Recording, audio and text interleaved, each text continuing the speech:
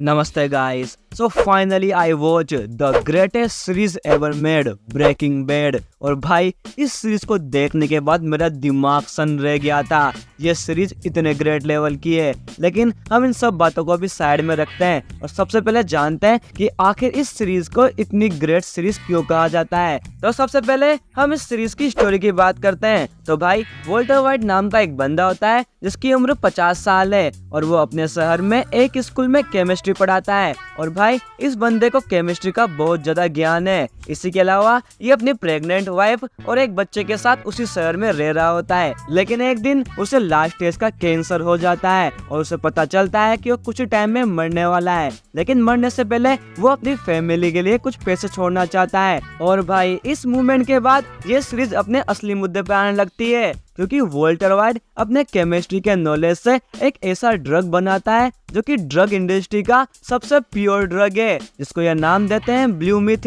और इस ड्रग को बनाने में उसकी मदद करता है उसी का पुराना स्टूडेंट जेसी पिंकमैन, जो कि इस सीरीज का सेकंड मेन कैरेक्टर भी है। जहाँ पर वॉल्टर वाइट ड्रग बनाता है और जेसी उसे मार्केट में बेचता है। लेकिन जैसे जैसे ये सीरीज आगे बढ़ती है, ये दोनों ड्रग की दुनिया में और अंदर घुसने लगते हैं और ये इस पूरी सीरीज में जिस जिस प्रकार के प्रॉब्लम फेस करते हैं वो सभी आपका दिमाग खराब करके रख देते हैं। और इस पूरी सीरीज में ये दोनों जिस जिस प्रकार की प्रॉब्लम फेस करेंगे उसे देखने के बाद कभी आप हंसोगे, कभी आप रोगे और कुछ कुछ सीन में तो आप इन दोनों कैरेक्टर्स पे दया खाओगे कि भाई आखिर ये किस तरह के प्रॉब्लम में फंसे हुए हैं। और वो सभी प्रॉब्लम्स में आपकी हार्ट बीट हमेशा ही तेज रहेगी। और इन सभी प्रॉब्लम को फेस करते हुए आखिर ये दोनों कैसे ड्रग की दुनिया के लॉर्ड बनेंगे, ये देखना आपके लिए सबसे ज्यादा मनोरंजक रहेगा। लेकिन इसी के साथ इस सीरीज की जो एंडिंग है भाई, वो one of the greatest ending में से एक है।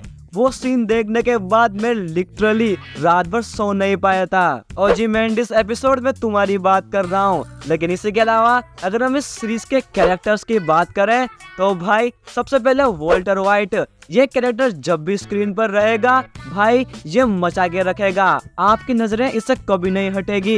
इस कैरेक्टर की शुरुआत तो होती है एक नॉर्मल से केमिस्ट्री टीचर के रूप में, लेकिन इस सीरीज के एंड तक आपको ये रियलाइज हो जाएगा कि आखिर ये कैरेक्टर कितना ज्यादा चेंज हो चुका है, ये कितना बड़ा मैनिपुलेटर बन चुका है और आखिर ये कितना ज्यादा भयानक बन चुका है। और इन सभी सिचुएशन के बीच कैसे वॉल्टर वाइट अपनी पर्सनल और इस सीक्रेट लाइफ के बीच में स्ट्रगल करेगा, वो तो इस सीरीज में आपको एक अलग से एक्स्ट्रा मजा देगा। लेकिन इसके अलावा अगर हम जेसी पिंकमैन की बात करेंगे तो भाई भले ही आप इस सीरीज को वॉल्टर वाइट की वजह से देखने जा रहे हो, लेकिन जब आप इस सीरीज को देखकर खत्म करोगे तो लिख के ले लेना आप इस कैरेक्टर के फैन बन जाओगे, क्योंकि इस कैरेक्टर का जो कैरेक्टर डेवलपमेंट पूरी सीरीज में हुआ है वो शायद आपको उससे बेहतरीन और दूसरी सीरीज में देखने को नहीं मिलेगा। लेकिन इनके अलावा भी स्काइलर, मरी, हैंक, ये सभी कैरेक्टर्स इस पूरी सीरीज में शाइन करते हैं। लेकिन इन सब के अलावा भी इस सीरीज में हमें जो वॉल्टर वाइट का वकील देखने को मिलता है, सॉल गुडमैन, भाई ये बंदा जब जब स्क्रीन पर आता है तब तब आपके चेहरे पर एक स्माइल होती है और आप इसको बार बार स्क्रीन पर देखना पसंद करता है। ये कैरेक्टर इतना ज्यादा फेमस हुआ था कि इस पर एक अलग से सीरीज बनी है बेटर कॉल सॉल नाम से, आप उसे नेटफ्लिक्स पर देख सकते हो। लेकिन अगर हम इस सीरीज के विलन की बात करें जिसका नाम है गस फ्रिंग, भाई लीजेंड, इतना लीजेंडरी विलन आपको इससे पहले और दूसरी किसी भी सीरीज में देखने को नहीं मिला होगा।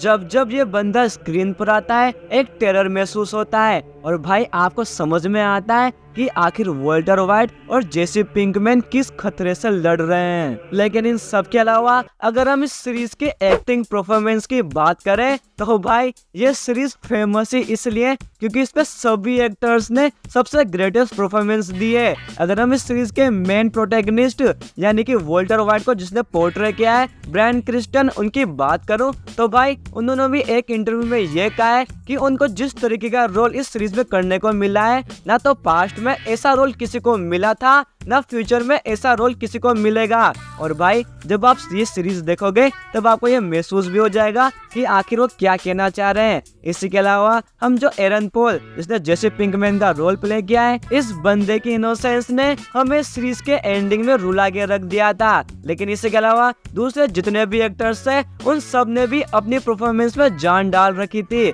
लेकिन इसी के अलावा इस सीरीज के जो मेन विलन का रोल प्ले किया है, उनके एक्टर गियानकार्लो एस्पोसितो, उन्होंने गस फ्रिंग को जिस तरीके से पोर्ट्रे किया है शायद उनसे बेहतरीन ऐसा कोई नहीं कर पाता। खासकर भाई वो सीरियस वाला फेस एक्सप्रेशन, उसका तो मैं पूरी सीरीज में फैन था। और अगर मैं इस मूवी के डायरेक्टर विंसी गिलिगिन की बात करूं तो भाई ये बंदा जीनियस है, क्योंकि इस बंदे ने इस सीरीज को बनाने के लिए जो रियलिज्म को चुना है और उसे जिस तरीके से स्क्रीन पर दिखाया है, वही एक मात्र रीजन है कि ये series one of the greatest series ever made बन पाई। और भाई आपको इस पूरी सीरीज में ऐसा कहीं भी ये महसूस नहीं होगा कि सामने जो स्क्रीन पर चल रहा है वो फेक है, बल्कि आप हमेशा यही कहोगे कि रियलिटी में अगर ऐसा कुछ होता तो बिल्कुल ऐसा ही होता।